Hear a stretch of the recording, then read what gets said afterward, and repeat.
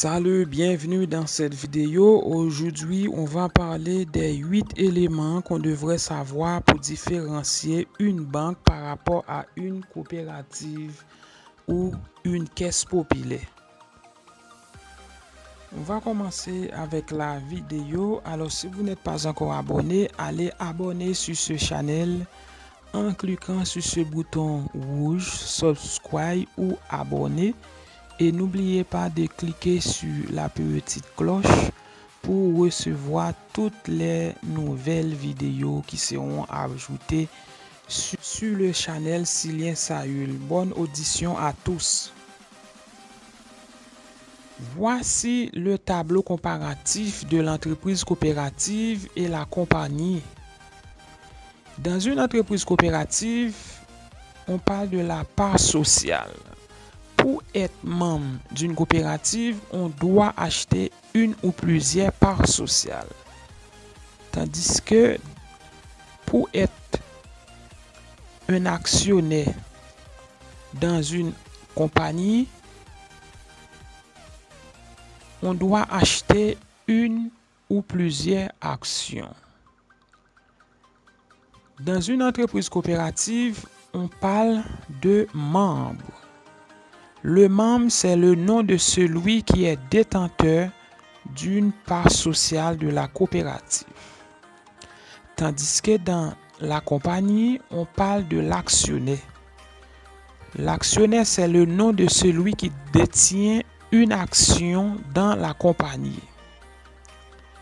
Dans l'entreprise coopérative, on dit une personne, un vote.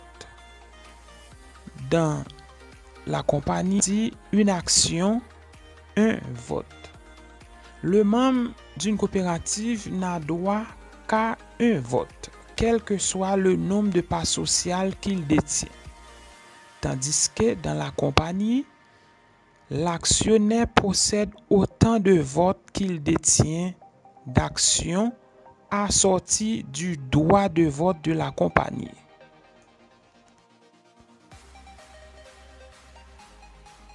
Quatrièmement, dans le vote par procuration est interdit, alors que dans la compagnie, le vote par procuration est permis. Dans l'entreprise coopérative, il y a une exception pour les coopératives dont le nombre de membres est supérieur à 400 ou dont les membres résident dans plus d'un district judiciaire.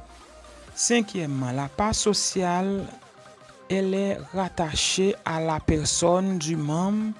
Au décès du membre, elle est remboursée.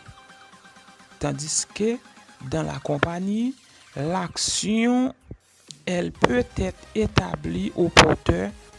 Au décès de l'actionnaire, elle est transmise à ses héritiers. Sixièmement, la part sociale dans l'entreprise coopérative, elle ne prend pas de valeur. Mais dans la compagnie, l'action ordinaire, elle peut augmenter de valeur avec le développement de la compagnie. 7. Dans l'entreprise coopérative, les excédents, ils portent le nom de trop perçus et sont distribués aux membres sous la forme de ristournes au prorata des opérations du membre avec la coopérative. Tandis que dans la compagnie, les excédents, ils portent le nom de profit. Ils sont distribués aux actionnaires selon le type d'action détenue au gré des administrateurs sous la forme de dividendes, lesquels ne sont pas limités sauf disposition contraire. Huitième élément pour terminer, liquidation. Dans l'entreprise coopérative, s'il y a des excédents, les membres n'ont pas droit qu'aux sommes versées sur les parts sociales. Tout excédent additionnel est envoyé à une autre coopérative ou à une fédération. Tandis que à la compagnie, S'il y a des excédents, les détenteurs d'actions ordinaires et privilégiés participent au partage de l'actif selon les restrictions, les privilèges et les droits rattachés à leurs actions respectives. Mesdames et messieurs, merci. On arrive à la fin de cette séance de formation.